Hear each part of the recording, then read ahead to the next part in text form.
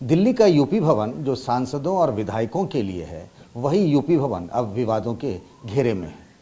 आरोप लगे हैं यौन शोषण के महाराणा प्रताप सेना के अध्यक्ष कहने वाले राजवर्धन सिंह परमार पर, और जिन्होंने आरोप लगाया है जो खुद पंजाबी और साउथ की फिल्मों में काम कर चुकी हैं। क्या आरोप है, मामला क्या हुआ, ये सब बात करने के लिए हम उन्हीं के साथ हैं। आप बताइए, ये जो आपकी और राजू की मुलाकात कैसी हुई? मैंने जब उनसे बात की तो उन्होंने कहा कि 25 तारीख को मुलाकात हुई, तो फिर 26 तारीख को आप लोग यूपी भवन पहुंच जाते हैं। कैसे हुआ ये सब? जैसे कि नमस्कार सर, मैं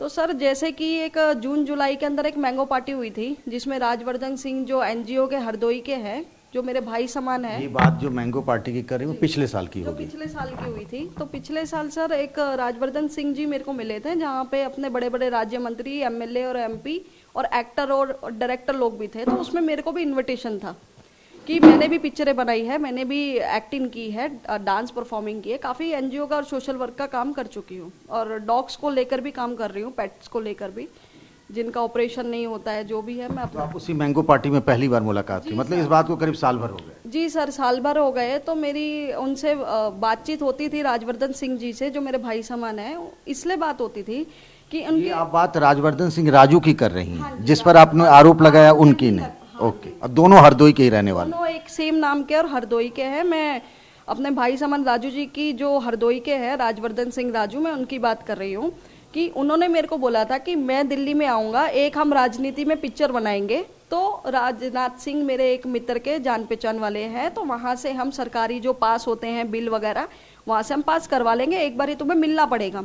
सर मैं साउथ में पिक्चरें कर रही थी, मीटिंगें कर रही थी, उसके बाद मैं दिल्ली आती हूँ। मैंने बोला राजू जी आप आएंगे क्या? बोलते हैं मैं यहाँ पे इलेक्शन के लिए बिजी हूँ, तू जाके मीटिंग करके तो आ, कम से कम सामने वाले इंसान को तो समझ। सर मैं चली गई साफ दिल से, क्योंकि हमें तो मीटिंग करनी पड़ती है, एक आदमियों के जैसे भाग भाग के काम करती हूँ। मेरे तो ना आगे ना पीछे ना माँ बाप है सर, अकेले ही हूँ मैं, जो कुछ भी हूँ। तो फिर आप पहुंची इस राजवर्धन सिंह परमार के पास, जो आरोपी है, उससे कैसे मुलाकात बात हुई?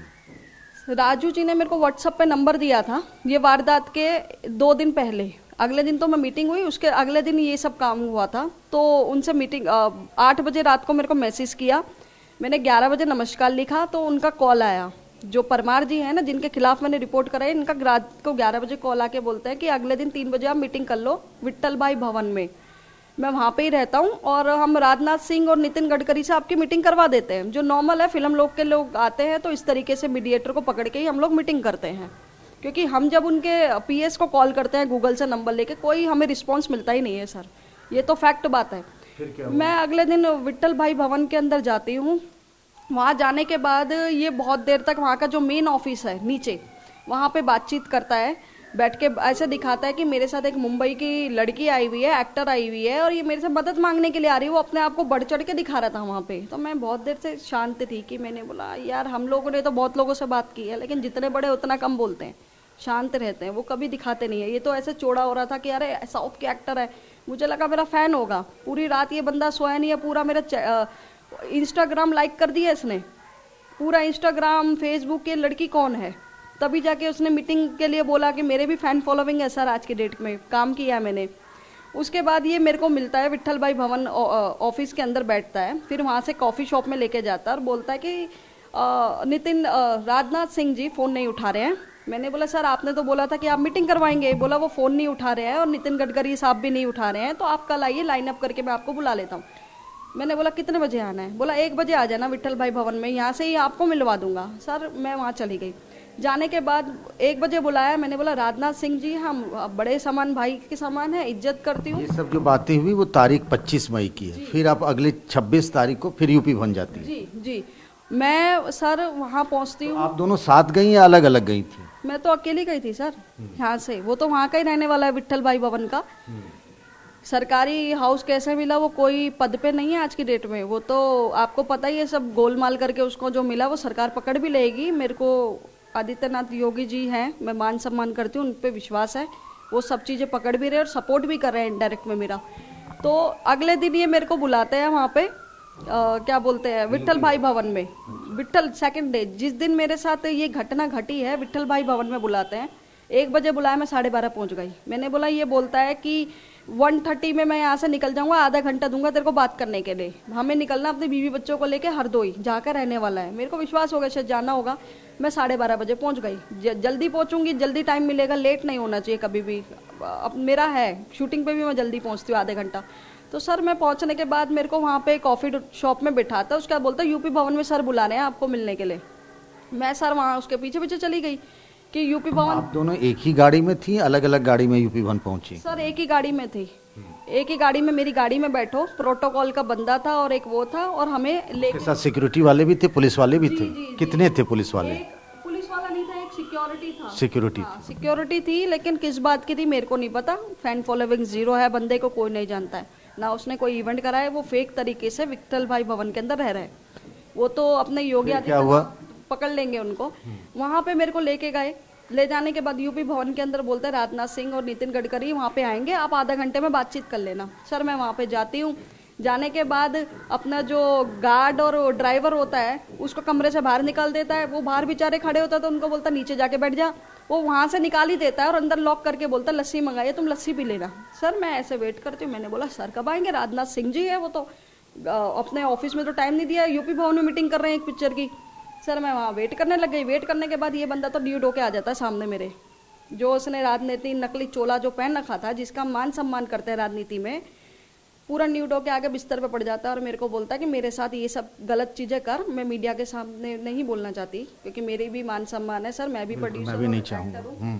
वो सब चीजें उसने बोला करने के आपने मुकदमे में लिखवाया वो मैंने पढ़ा FIR की कॉपी, जो भी लिखवाया सत्य लिखवाया। फिर मैंने नहीं करने के लिए बोला तो मेरा हाथ मोड़ दिया सर उसने कि मेरे साथ कर या तो नहीं तो जो जितनी तू ऊपर चढ़ी है ना 2 मिनट में नीचे गिरा दूंगा। ऐसा मेरे को डराया धमकाया, मेरे आंसू भी निकल गए वहाँ पे निकलते वक्त। तो अपना जो भी उसने जो गलत काम करवाना था वो चीज़ मैं नहीं बोलूँगी, वो सब उसने अपना कराया। और कराने के बाद मेरे को बोलता है कि यहाँ शोर नहीं बजाएगी, चुपचाप निकल नहीं तो तेरे को मरवा दूंगा जान से। और मेरे तो 6 लाख रुपए मांग रहा था। उसने पैसे मांगे? हाँ जी सर, राजनाथ सिंह जी से मिलवाने के लिए 6 लाख रुपए मांगे पहले दिन। कैफे कॉफी डे के अंदर रिकॉर्डिंग होगी वहाँ पे, मैं सब चीजें सबूत के साथ बोलूंगी। और दूसरी चीज वो 50 लाख रुपए मांग रहा था कि पासवान जी का लड़का है कोई यहाँ पे नेता होगा पासवान जी का, तो वो तो 50 लाख रुपए लेके बैठा है अपनी पिक्चर बनाने के नाम पे। तो मैंने बोला पासवान जी का हो किसका हो हमें क्या मतलब है, हम तो सीधा अपने राजनीति पे पिक्चर बनाने आए, अपना पिक्चर बनाएंगे, अपना चले जाएंगे एज अ हीरोइन, मेरे को काम करना है उसके अंदर जो हम नॉर्मल मीटिंग करते हैं। तो ऐसा करके राजनाथ सिंह वो पासवान के लड़के का भी उसने वो कर दिया, बेचारे का कोई लेना देना नहीं है इस काम से। और मेरे से पैसे मांग रहा था, फिर बोलता तुम पैसे तो कैसे दे पाओगी, तुम तो खुद स्ट्रगल कर रही हो, तुम इतनी बड़ी प्रीति जिंटा और ये तो हो नहीं। मैंने बोला सर स्ट्रगल करके तो सब बनी है, हम भी बन जाएंगे एक दिन, मेहनत करनी थोड़ी छोड़ी आज। तो ऐसा करके मेरे को रूम में ले गया, जो काम था अपना काम किया। निकलने के बाद मेरे को धमकी दिया, डराने धमकाने की। वहाँ से चुपचाप मैं निकली हूँ और निकलने के बाद गाड़ी में बैठाकर मेरे को पता नहीं कहाँ लेके गया। तो मैंने जो राजविंदर सिंह राजू जी थे जो मेरे भाई समान है, मैंने उनको मैसेज और कॉल किया, फंस गई हूँ, ऐसे ऐसे तुम्हारे बंदे ने ये कर दिया। तो उसने बोला जहाँ लेके जा रहा है ना वहाँ से भीड़ देख के भाग जाना। सर मैं वहाँ जाके भीड़ से पीछे से गेट से भाग के मैंने चाणक्यपुरी थाने में पहले मैं प्रसाद नगर थाने में आई। 4 घंटे तक मेरी किसी ने FIR नहीं लिखी, ये भी नहीं बताया कि तेरा केस चाणक्यपुरी का है। मैं फिर यहाँ से चाणक्यपुरी गई, वहाँ मैंने पूरा केस लिखवाया। 2 दिन तक मैं चाणक्यपुरी थाने में ही सोई हूँ, वहाँ ही रही हूँ। मेरी रिपोर्ट लिखी नहीं जा रही थी सर, मेरी रिपोर्ट लिखी नहीं जा रही थी। मैं 2 दिन, एक तो मेरे को पीरियड्स आए हुए हैं, मेरी हालत खराब, मैं ब्रश नहीं करी, मेरी तबीयत इतनी खराब हो गई और मेरी रिपोर्ट नहीं लिखी गई। मैं 2 दिन वहाँ ही सो गई, तब मेरी रिपोर्ट लिखी गई है। और ऊपर से जो वहाँ की सब इंस्पेक्टर है खुशबू है या क्या नाम है, उसने मेरे को डंडा दिखाया कि आज मैं इसको मारूंगी, आज मैं इसको मारूंगी, या तो अपना फ़ोन हमें दे दे। मैंने बोला 2-3 दिन तक आपने मेरा फ़ोन स्विच ऑफ कर दिया क्योंकि आप मेरी रिपोर्ट नहीं लिख रहे हो, घर वालों से बातचीत नहीं करने दे रहे हो, ऊपर से आप मेरे को डंडा दिखा रहे हो। आप एक डंडा दिखाओगे 10 कुत्ते पालते हो, 10 डंडे मेरे पास है। तो आपकी मुकदमा फिर कब लिखेगी? 27 तारीख? सर मुकदमे की तो कॉपी भी नहीं दी जा रही थी मुझे क्योंकि मैंने मीडिया की धमकी दी कि या तो मेरे को कॉपी दे दो या आपको रिपोर्ट लिखनी है तो लिख लो, और ये 2 चीजें भी आप नहीं करती हो या आपने घूसखोरी कर दी है तो भगवान कसम मैं मीडिया को ले आऊंगी। मैं पब्लिक फिगर लड़की हूँ, मैंने ये बोला सर, तब जाके 2 दिन के बाद रात के 11 बजे मुझे कॉपी दी है। और इन ससुरों ने मेरे को घर तक भी ड्रॉप नहीं किया। चाणक्यपुरी के वहाँ पे मैं अकेली खड़ी हुई थी, तबीयत खराब में, मेरे कपड़े भी गंदे हुए हुए। मैं वहाँ से मेरे और फ़ोन में बैटरी भी नहीं कि ओला बुक करा लूँ। वहाँ से मैंने किसी बस के वहाँ पे कोई बैठा हुआ था, उसको बोला भाई मेरा ओला बुक कर दे, मेरे को घर जाना, मेरी तबीयत खराब हो रही है। उसने मेरे ओला बुक किया, तब जाके मैं घर आई। और अगले दिन मेरी तबीयत खराब हो गई, मैं पुलिस स्टेशन गई नहीं, क्योंकि 2 दिन से इंसान नहीं सोएगा, वो क्या बात करेगा। अगले दिन मैंने कॉल किया कि आपका मैं सहयोग करने के लिए तैयार हूँ, जो चीज़ें आपको देखनी है मेरे साथ जा जाके मैं कहाँ कहाँ गई थी उसके लिए आप चलिए, मैं अभी नॉर्मल हूँ। और जो तहकीकात आपको कंप्लीट करनी है वो जल्दी से जल्दी करके इसको अरेस्ट कीजिए। पता नहीं कितनी लड़कियों के साथ ये धोखाधड़ी कर रखा होगा। तो क्या आप महिला आयोग भी गई थी, सुना? जी सर, जब मेरी सुनवाई नहीं होगी पुलिस स्टेशन में और मुझे लगेगा कि कोई ना कोई मिला हुआ है, मेरे को भी शक होता है सर, हम भी समाज सेवक है, तो मैंने महिला आयोग को कॉल किया। जब इन्होंने टाइम पास करने की मेरे साथ कोशिश करी कि इस लड़की को इतना तंग कर दो कि रिपोर्ट वापस ले ले, लेकिन मैंने न्यूज़, जैसे आप लोग हमारे भाई समान हो, आप जैसे मैंने इंसानों से बात करा तो उन्होंने बोला महिला आयोग में कॉल कर दे वहाँ बैठे हुए। पहली बात मेरा फ़ोन छीन लेता है पुलिस स्टेशन में, ये लोग फ़ोन नहीं देते हाथ में कि मैं किसी को कॉल करके बोलना दूँ।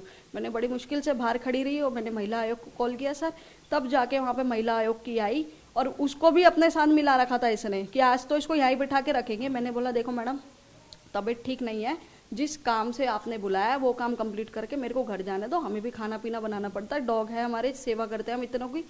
सर बड़ी मुश्किल से मैंने जब रोने लग गई, मैंने शोर मचाया, तब जाके मेरे को रिपोर्ट की कॉपी मिली है एफआईआर की, तब जाके मेरा काम हुआ और कल मैं अपने टाइम पे घर पर आई हूँ। आपसे पुलिस ने इंट्रोगेशन भी कर लिया, आपका मेडिकल भी हो गया, ये सब हो गया क्या? जी हाँ जी, मेडिकल मेरा हो चुका है और जो इन्वेस्टिगेशन उन्होंने को करनी थी वो सब भी हो चुका है। और इस बंदे के रूम के अंदर बाल भी जब्त मिले हैं। अब वो मीडिया के सामने झूठ बोला है, वो तो परमात्मा जानता है, सबूत बोलता है कोर्ट के अंदर। सर मैंने सारे सबूत दे दिए उनको। ये यूपी सरकार के किसी अधिकारी ने भी आपसे बातचीत की है या आपने उनसे संपर्क किया है? सर मैंने ट्वीट किया था, राजनाथ सिंह जी को ट्वीट किया था और अपना नितिन गडकरी जी को ट्वीट किया था और मोदी जी को ट्वीट किया था और अपना योगी जी को मैंने ट्वीट किया था। तब जाके योगी जी के सहयोग से वहाँ के जो फेक लोगों ने एंट्री करवाई थी यूपी भवन में, तो वहाँ से लोगों की मतलब वो क्या बोलते हैं, वहाँ से उनको नौकरी से सस्पेंड किया गया वहाँ से। तो मैं धन्यवाद करना चाहती हूँ योगी जी का, जिन्होंने मेरी बात सुनी। के बाद से जब आपने पुलिस में कंप्लेंट कर दिया, एफआईआर कर दी, तो परमार ने आपसे बातचीत की है क्या? सर मेरे को तो बहुत फेक कॉल्स आ रहे हैं, यहाँ तक कि जो उन्होंने चैटिंग मेरे को भेजी थी व्हाट्सएप पे वो उन्होंने खुद ने डिलीट कर दी। मतलब अब वो क्या नाम से मेरे को बोलेंगे वो भगवान जाने। एक तो मेरे से पैसा मांग रहे राजनाथ सिंह जी से मिलने के लिए, ऊपर से मेरे को ही फंसा रहे हैं कि अरे भाई हम खाते पीते परिवार के हैं, मेरे 3 फ्लैट खुद के दिल्ली में और मुंबई में है, तो हमारा तो खुद का घर बार है, तुम्हारा क्या होगा, तुम तो सरकारी पे झूठ बोल के वहाँ पे पड़े हुए हो और तुम्हारे ऊपर रिपोर्ट लिखी हुई है हरदोई के जहाँ के तुम रहने वाले हो, तुमने वहाँ पे 420 का केस तुम्हारा जब्त है, मैंने सारा पता किया है, तुम वहाँ से भाग के दिल्ली में चूना लगा रहे हो। तो नहीं छोड़ेगी, क्योंकि मैं हिंदू महिला के लिए भी आवाज़ उठाती हूँ, मैं महिला जो पीड़िता होती है उसके लिए भी आवाज़ उठाती हूँ और इस वक्त तो मैं खुद पीड़िता हूँ, तो मैं अपने लिए कितनी आवाज़ उठाऊंगी सर फिर। तो ये पूरी कहानी है कि यूपी भवन में जिस तरीके से सेक्सुअल एक्सप्लॉयटमेंट की एक एफआईआर आई है, आरोप के घेरे में जो राजवर्धन सिंह परमार है, जिसकी गिरफ्तारी अभी नहीं हुई है और ये मामला दिन ब दिन गंभीर होता जा रहा है।